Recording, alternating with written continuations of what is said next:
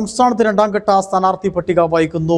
മുതിർന്ന നേതാക്കളായ കെ സുധാകരൻ എംപിക്ക് പിന്നാലെ അടൂർ പ്രകാശ് എംപിയും നിയമസഭയിൽ സീറ്റ് വേണമെന്ന നിലപാടിലേക്ക് എത്തിയതാണ് നിലവിൽ പ്രതിസന്ധിക്ക് കാരണം. ഇടുക്കി ജില്ലയിൽ ഉൾപ്പെടെ രണ്ടാം ഘട്ട സ്ഥാനാർത്ഥി പട്ടിക ഉടൻ പ്രഖ്യാപിക്കുമെന്ന പ്രതീക്ഷയിൽ തന്നെയാണ് പ്രവർത്തകരുമുള്ളത്. വിശദാംശങ്ങളുമായി ബിജു ചേരുന്നു. ബിജു, കോൺഗ്രസിന്റെ രണ്ടാം ഘട്ട സ്ഥാനാർത്ഥി പട്ടിക 7 മണിക്കുള്ളിൽ തന്നെ പ്രഖ്യാപിക്കുമെന്നാണ് നേരത്തെ അറിയിച്ചിരുന്നത്. എന്നാൽ ഇതുവരെയും പ്രഖ്യാപിക്കുവാനായിട്ടില്ല എന്നാണ് വിശദാംശങ്ങൾ. തെരഞ്ഞെടുപ്പിന്റെ കോൺഗ്രസിന്റെ സ്ഥാനാർത്ഥി പട്ടിക വരുവാനായിട്ട് ഇനിയും സമയമെടുക്കുമെന്ന ഒരു അവസാന റിപ്പോർട്ടാണ് വരുന്നത്.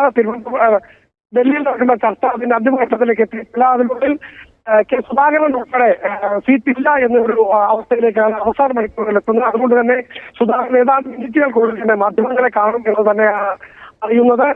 അതുപോലെ തന്നെ ഇടുക്കിയുടെ കാര്യത്തിലും വ്യക്തമായ ഒരു തീരുമാനത്തിലേക്ക് എത്തിയിട്ടില്ല. ഒരുപക്ഷെ പൗലോസാണ് ഇടുക്കി സ്ഥാനാർത്ഥി പറയുമ്പോഴും കോൺഗ്രസ് അതിന്റെ ഔദ്യോഗികമായി രണ്ടാം ഘട്ട പട്ടിക പുറത്തുവിട്ടിട്ടില്ല എന്നതാണ് വസ്തുത. അതുപോലെ തന്നെ ഉടുമ്പൻചോലയിൽ സേനാപതി വേണുവാണ് അന്തിമ സീറ്റ് ഉറപ്പിച്ചിരിക്കുന്നത് അവസാന ഘട്ടത്തിൽ. അപ്പോഴും എടുത്തു പറയേണ്ടത് ഈ കാര്യങ്ങളിലൊന്നും രണ്ടാം ഘട്ട പട്ടിക പ്രസിദ്ധീകരിക്കുവാൻ കഴിഞ്ഞിട്ടില്ല. തെരഞ്ഞെടുപ്പ് ഡിക്ലെയർ ചെയ്ത ആദ്യം തന്നെ പ്രതിപക്ഷ നേതാവ് വി ഡി സതീശൻ പറഞ്ഞത് 24 മണിക്കൂറുകൾക്കുള്ളിൽ കോൺഗ്രസിന്റെ സ്ഥാനാർത്ഥി പട്ടിക പുറത്തുവരും, തർക്കരഹിതമായി പട്ടിക തയ്യാറായി കഴിഞ്ഞു എന്നാണ് പറഞ്ഞത്. പക്ഷേ അത് പറഞ്ഞ് 3 ദിവസങ്ങൾ പിന്നിട്ട് കഴിയുമ്പോഴും രണ്ടാം ഘട്ട പട്ടികയിലേക്ക് എത്തുവാൻ കോൺഗ്രസിന് കഴിയുന്നില്ല. 95 സീറ്റുകളിലാണ് കോൺഗ്രസ് മത്സരിക്കുന്നത്. കേവലം 50 സീറ്റുകൾ മാത്രമാണ് പറഞ്ഞത്.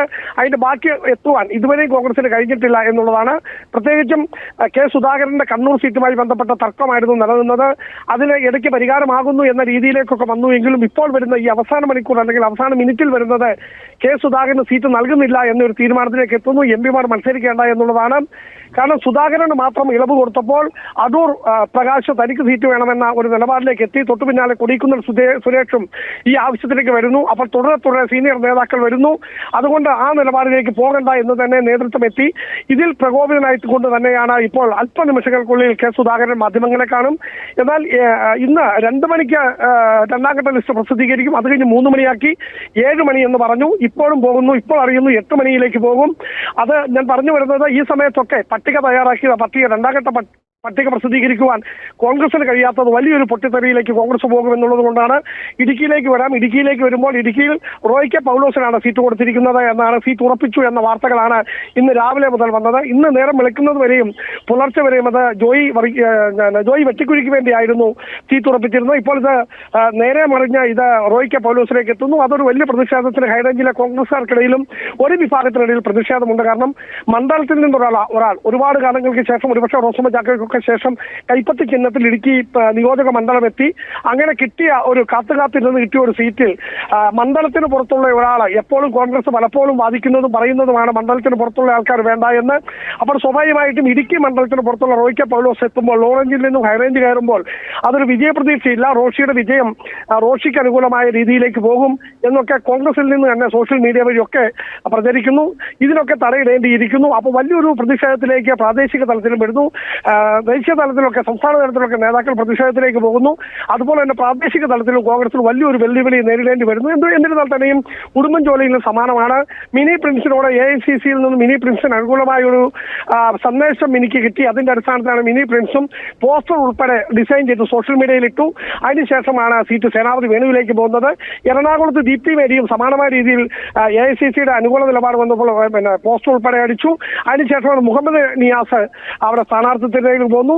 ഇവിടെ പീരുമേട്ടിൽ ഇപ്പോൾ സിറിയക് തോമസിനാണ് സീറ്റ് എന്ന് ഉറപ്പിച്ചിരിക്കുന്നത്. അതുപോലെ തന്നെ ദേവികുളത്തേക്ക് എത്തുമ്പോൾ S രാജ ആണ് പ്രത്യേകം ശ്രദ്ധിക്കേണ്ടത്. A Raja LDF, S Raja UDF അങ്ങനെയാണ്.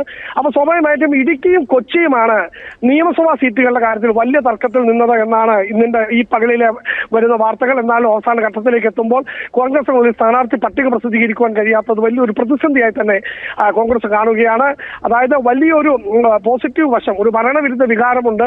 അത് UDFന് അനുകൂലമാണ് എന്ന രീതിയിലേക്കൊക്കെ തെരഞ്ഞെടുപ്പിന്റെ പ്രഖ്യാപന ഘട്ടത്തിൽ വന്നിരുന്നു. പക്ഷേ അത് പ്രഖ്യാപനം കഴിഞ്ഞ 2-3 ദിവസങ്ങൾ കഴിയുമ്പോഴത്തേക്കും ആ അനുകൂല സാഹചര്യങ്ങൾക്ക് നമ്മൾ ആലങ്കാരികമായി പറയുമ്പോൾ പുന്നലിൽ കല്ല് കടിച്ചു എന്ന് പറയുന്നത് പോലെ തന്നെ തുടക്കത്തിൽ തന്നെ ഒരു കല്ലുകടി കോൺഗ്രസിനുള്ളിൽ ഉണ്ടായിരിക്കുന്നു.